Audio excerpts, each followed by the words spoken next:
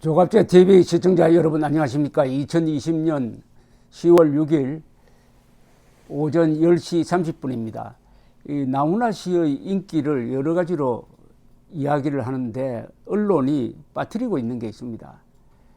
나훈아 씨가 조용필이나 다른 가수처럼 북한에 가서 노래를 부르고 김정은과 인사하면서 90도 절을 하는 장면이 사진으로 찍혔더라고 하면은 지난 9월 30일 그리고 지난 10월 3일 방영된 나훈아 쇼는 시청률이 아마 10%도 안 됐을 겁니다. 나훈아 씨의 인기의 원천은 김정은이가 불러도 안 가는 사람이다. 이 정권에 맞춰주는 사람이 아니다. KBS에 끌려다니는 사람이 아니다. 하는 그 주대에서 나온 것이라고 봐야 합니다. 이번에 나훈아 씨를 아주 가황이라고 하는 게 좀 요새는 이 존칭이 너무 이렇게 인플레되는 경향이 있습니다. 이 가왕이라고 그러다가 가황이라고 그러다가 요새는 성스러울 성자를 써가지고 가성이라고 불리는데 어쨌든 나훈아 씨의 인기는 이념에서 나오는 겁니다. 이념이 아무것도 아닌 것 같죠. 그러나 이분이 가지고 있는 방공자유민주주의적 신념을 가지고 있고 그것이 이 사람의 한마디 한마디에 묻어 나온다. 다른 가수와 그 점에서 차이가 있다. 노래는 조용필이가 더 잘 부를지 모르지만은 심지는 나훈아다. 이런 판단 아니겠습니까? 그래서 한국에서는 매사에 바탕에는 이념이 깔려 있다는 것을 잊어서는 안 됩니다. 지금 국민의힘이 탈이념하려고 하는데 탈이념이란 말은 한국에서는 정권을 잡는 걸 포기한다는 뜻입니다. 문재인 정권이 이념 무장이 되어 있었으므로 지금 이 정권을 유지하고 잡은 것 아니겠습니까? 노래도 마찬가지입니다. 가수도 이념 무장이 되어 있어야 됩니다. 이념 무장이 안 된 가수와 이념 무장이 된 가수의 차이를 조용필과 나훈아로 비교한다면 좀 잔인할지 모르겠습니다만은 이 재방송을 할 때 많은 사람들이 관심 있게 지켜본 부분이 있습니다. 어떤 부분이냐? KBS가 요 말을 드러내지 않을까? 예, 근데 이런 대목이었죠. 우리는 많이 힘듭니다. 우리는 많이 지쳐 있습니다. 옛날 역사책을 보면 왕이나 대통령이 국민을 위해 목숨을 걸었다는 사람은 본 바가 없습니다. 이 나라를 누가 지켰나 하면 바로 오늘 여러분들이 지켰습니다. 여러분 생각해 보십시오. 유관순 누나, 진주의 논계, 윤봉길 의사, 안중근 열사 이런 분들이 모두가 우리 국민이었습니다. 그래서 대한민국도 중요하지만 대한국민이다. 대한국민을 외쳤어요. 여기서 대통령이 국민을 위해 목숨을 걸지 않는다는 것은 뭐 역대 대통령보다는 현 문재인 대통령을 향한 비판 아니었겠습니까? 그런데 이걸 재방송 때 드러낼까 했는데 드러내지 않았어요. 그 다음에 KBS는 국민의 소리를 듣고 같은 소리를 내는 여기저기 눈치 안 보는 정말 국민들을 위한 방송이 되었으면 좋겠습니다. KBS가 국민의 방송으로 거듭 태어날 것으로 믿습니다. 라고 이야기했는데 이것도 KBS가 그동안에 국민의 방송을 듣지 않았다는 이야기 아니겠습니까? 이것도 재방송 때는 드러내지 않을까 해서 유심히 봤더니 드러내지 않았어요. 왜 드러내지 않았을까요?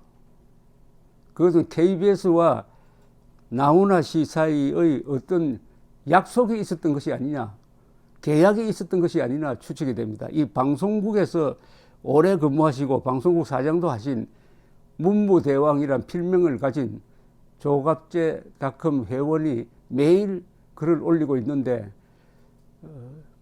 지난주에는 나훈아를 아예 대통령으로 추천한다 하는 글을 올렸는데 아주 성견지명이 있었습니다. 이분이 방송국을 통해서 취재한 내용인 것 같은데 조갑제닷컴에 쓴 후일담에서 이렇게 정리를 했습니다. 이같이 정부와 KBS에 비수를 꽂는 발언을 편집이나 여과 없이 방송한 것은 나훈아의 자존심이요 능력 때문이었다고 본다. 나훈아는 KBS와의 공연 계약 때 몇 가지 조건을 제안한 것으로 알려졌다. 편집하지 말 것, 중간 광고를 하지 말 것, 다시 보기나 CD 재방송하지 말 것 등 KBS가 나훈아의 이같이 까다로운 조건을 수용한 것은 나훈아란 음악 상품이 워낙 걸출했기 때문으로 본다. 비록 15년 만에 국민에게 보여준 나훈아의 음악 인생, 노래 인생은 나훈아 자신의 표현대로 마지막이 될지도 모른다. 그래서 예술은 길고 인생은 짧다고 했던가. 어쨌든 KBS에 끌려가지 않고 나훈아 씨가 KBS를 끌고 간 게 확실합니다. 이 KBS의 지금 기존 보도 방침과 이런 발언은 같이 갈 수가 없어요. 그래도 이런 발언이 그 시청률이 높은 29% 플러스 그 뒤에 한 게 한 18% 합치면 50%입니다. 50%의 시청률, 여기서 반문재인적인 발언이 있었는데도 KBS가 지우지 않았다고 하는 것은 그야말로 나훈아 씨가 KBS의 멱살을 잡고 끌고 간 거 아닙니까? 나훈아 씨가 다른 코멘트에서 이렇게 이야기했죠. 세월에 끌려가지 맙시다. 우리가 세월을 끌고 갑시다.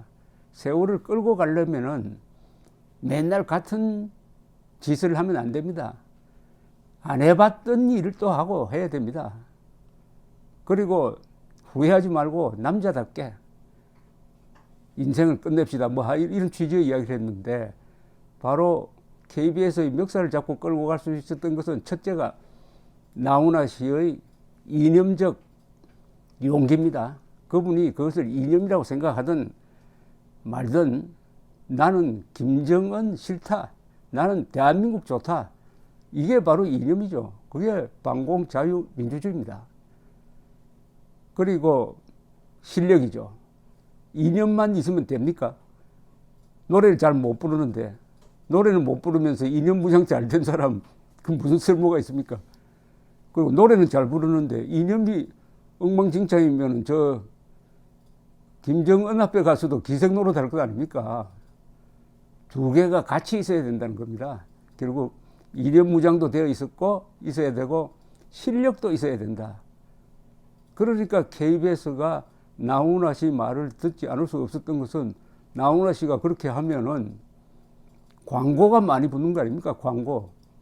광고가 그날 수십 개 붙었잖아요. 이 문무대왕 이분의 계산에 의하면 한 100억 들었을 거랍니다. 그 공연 준비 8개월 동안 하고 여러 가지 새로운 기술을 또 동원하고 했으니까 한 100억 들었다 하더라도 광고가 100억보다 더 많이 붙으면 남는 장사니까. 그러니까 나훈아 씨가 가지고 있는 일종의 이 구매력이죠. 구매력. 여기에 KBS가 그건 굴복했다고 저는 보지 않습니다. 뭐 굴복은 나쁜 사람한테 무릎 꿇히는 거지만은 나훈아 씨 같은 사람의 주장을 받아들여 가지고 마음대로 할 수 있도록 한 거. 그리고 KBS가 가지고 있는 이 기술적인 역량은 세계적인 것 아닙니까? 올림픽 방송 주관사를 했으니까 1988년에 KBS의 능력이 좋은 방향으로 작동을 하면은 이런 작품을 만들어낸다.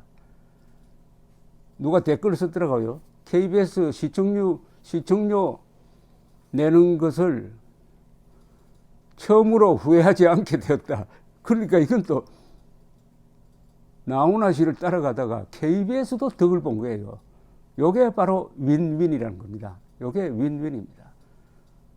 어쨌든 이런 시대에 김정은이 불러도 나는 이래라 저래라 하는데 안 간다. 우선 내가 바쁘다 하고 거절할 수 있었던 사람이 있고 그 사람의 목소리가 전 국민들에게 전달될 수 있는 그 정도의 언론 자유는 아직 있다. 자유라는 것은 자유가 있을 때 지켜야 한다는 것을 거듭 각성시켜주는 나훈아 씨의 공연이었습니다. 감사합니다.